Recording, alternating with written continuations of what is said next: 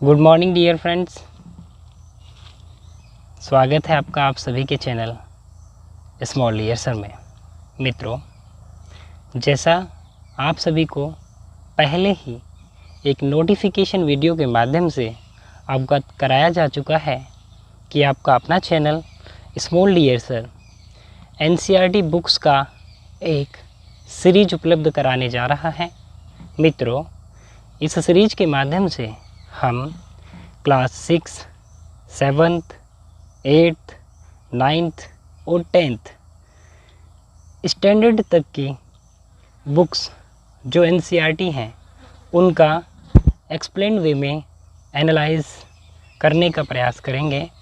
मित्रों, इस सीरीज़ के माध्यम से हम सर्वप्रथम ज्योग्राफी ऑफ इंडिया, भारत का भूगोल रखना चाहते हैं, क्योंकि मित्रों सबसे पहले हमें उस ज्ञान का होना आवश्यक है जहां हम निवास करते हैं, जहां हमारी मूलभूत आवश्यकताएं निर्भर हों, जिसके माध्यम से हम अपनी आधारभूत आवश्यकताओं की पूर्ति करते हैं तथा जिस पर पूर्ण रूप से निर्भर रहते हैं।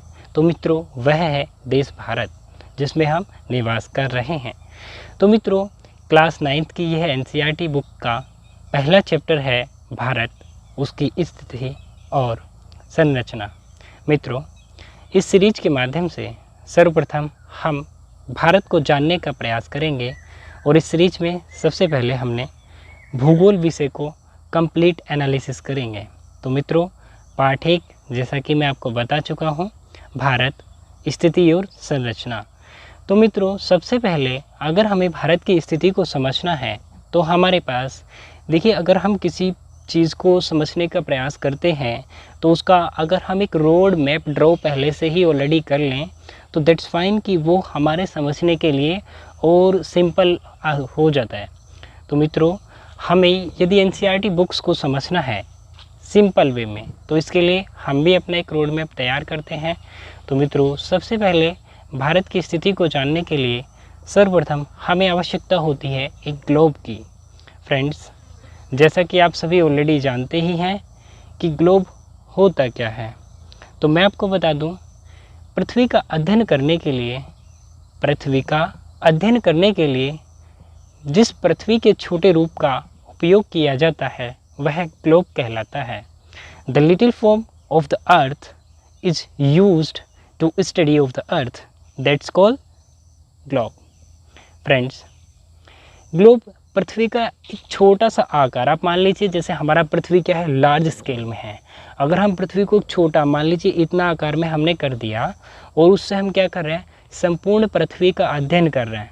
संपूर्ण पृथ्वी मतलब कितने वहाँ पे कॉन्टिनेंट हैं, उपमहाद्वीप हैं, कितने वहाँ पे ओशन हैं, महासागर हैं, क्लाइमेटिक कंडीशन क्या है, जलवायु की संरचनाएँ वहाँ पर क्या हैं, दशाएं क्या हैं, एंड अदर फीचर्स भी हो सकते हैं। वहाँ पे रिवर्स कितनी हैं, वहाँ की पॉपुलेशन डेंसिटी क्या है, पॉपुलेशन क्या है, एंड वहाँ का लिटरेसी रेट क्या है, एंड सेक्सुअल रेशियो क्या है।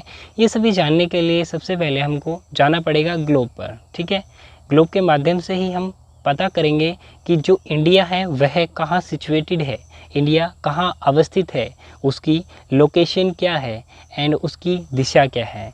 तो मित्रों, इस सीरीज में चलिए बात करते हैं भारत और उसकी स्थिति एवं संरचना। तो हमने सबसे पहले ग्लोब को जान लिया कि ग्लोब है क्या। देखिए, ग्लोब पर हमारी 3 काल्पनिक रेखाएं मानी गई हैं, जिसके माध्यम से हम ग्लोब को अलग अलग हिस्सों में बांटकर उसका संपूर्ण अध्ययन करते हैं। इन रेखाओं के माध्यम से ग्लोब को कई हिस्सों में विभक्त करने पर हमें ग्लोब को पढ़ने में काफ़ी ज़्यादा आसानी हो जाती है। एक सिंपल वे में हम उसको बना लेते हैं। तो मित्रों देखिए, हमारा जो पृथ्वी होती है, पृथ्वी जो ग्लोब है, वह सबसे पहले पृथ्वी के बारे में बेसिक नॉलेज आपको दे दी जाए। देखिए, पृथ्वी अपने अक्ष पर जैसे ये है तो अपने अक्ष पर 23½ मतलब 23.5 डिग्री अपने अक्ष पर झुकी हुई है। मित्रों, पृथ्वी अपने अक्ष पर तो घूर्णन करती ही है, मतलब जहाँ पर वह है वहाँ पर तो रोटेट कर रही है अपने अक्ष पर। साथ ही साथ पृथ्वी सूर्य के चारों ओर चक्कर भी लगा रही है। फ्रेंड्स, जो हमने ग्लोब की बात की है, उस ग्लोब में सबसे मिड में एक रेखा पाई जाती है, जिस रेखा को हम विषुवतीय रेखा इक्वेटर के नाम से जानते हैं। इक्वेटर हमारे ग्लोब को दो हिस्सों में बांट देता है, बराबर बराबर दो हिस्सों में। देखिए, ऊपरी वाला जो हिस्सा है उसको हम उत्तरी गोलार्ध तथा निचले वाले हिस्से को दक्षिणी गोलार्ध, मतलब इक्वेटर के अपर वाला जो पार्ट है उसको हम northern hemisphere, and second part जो हमारा इक्वेटर के नीचे सिचुएटेड है उसको हम क्या कहते हैं, southern hemisphere, northern hemisphere and southern hemisphere. मित्रों, इसके बाद देखिए, जो इक्वेटर है वो 0 डिग्री पे मानी गई है। जैसे ही हम 0 डिग्री से ऊपर नॉर्दर्न हेमिस्फीयर मतलब उत्तरी गोलार्ध में 0 डिग्री से 23.5 डिग्री ऊपर की ओर चलते हैं, तो यहाँ पर एक रेखा और मानी गई है जिसको हम कर्क रेखा के नाम से जानते हैं। ऐसे ही यदि हम दक्षिणी गोलार्ध में 23.5 डिग्री नीचे मूव करते हैं तो वहाँ पर भी एक रेखा सिचुएटेड है जो है मकर रेखा, tropic of Capricorn and tropic of Cancer. Okay friends, अब देखिए, जो हमारी पृथ्वी है उसके दो ध्रुव भी माने गए हैं। एक तो है उत्तरी ध्रुव, एक है दक्षिणी ध्रुव। उत्तरी ध्रुव, देखिए, ध्रुवों पर हमेशा क्लाइमेटिक कंडीशन ऐसी होती है, टेम्परेचर वहाँ पे माइनस में रहता है हमेशा। तो टेम्परेचर माइनस में रहने के कारण वहाँ पे हमेशा स्नोफॉल होता रहता है, या वहाँ पे कोई महासागर या कोई पानी की झील सब क्या स्नो वर्ल्ड में मतलब बर्फ़ की फॉर्म में पाई जाती हैं। मित्रों, ये था पृथ्वी का एक छोटा सा अध्ययन। अब हमने बात करनी है कि हमारा भारत, देखिए जैसे आप जानते हैं कि पृथ्वी, हमने जो ग्लोब को पढ़ा उसमें अगर ग्लोब में पूरी दुनिया की बात की जाए तो मित्रों वहाँ पर 5 महासागर और साथ साथ 7 उपमहाद्वीप सिचुएटेड हैं। मतलब there are 7 continent in whole world and the 5 largest ocean. मित्रों, तो अगर हम बात करें सबसे पहले कॉन्टिनेंट की, उपमहाद्वीप या महाद्वीप, देखिए सबसे बड़ा महाद्वीप एशिया महाद्वीप है। एशिया महाद्वीप के अंदर ही हमारा भारत देश सिचुएटेड है।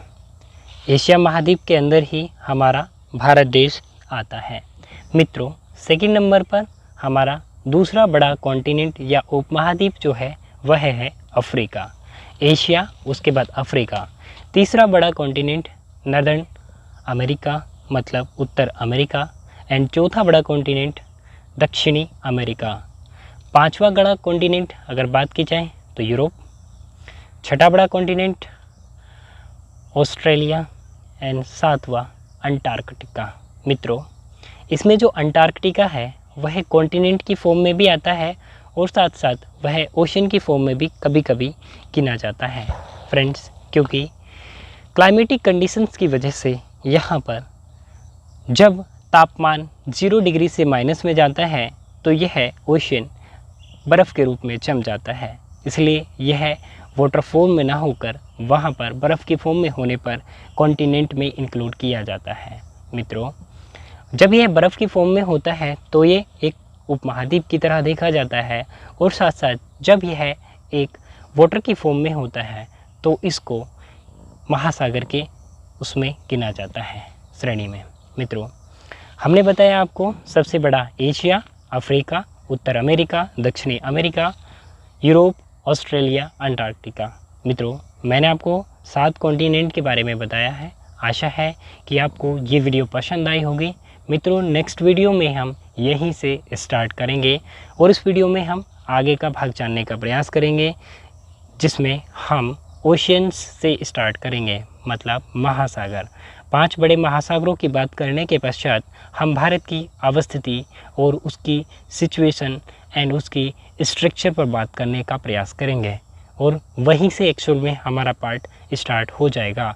मित्रों, यह वीडियो केवल एक इंट्रोडक्टरी लेक्चर था जिसके माध्यम से हमने थोड़ा सा चैप्टर का परिचय समझने का प्रयास किया है, और साथ साथ हमारे चैप्टर के अंदर क्या हो सकता है उसको समझने का प्रयास रहा है।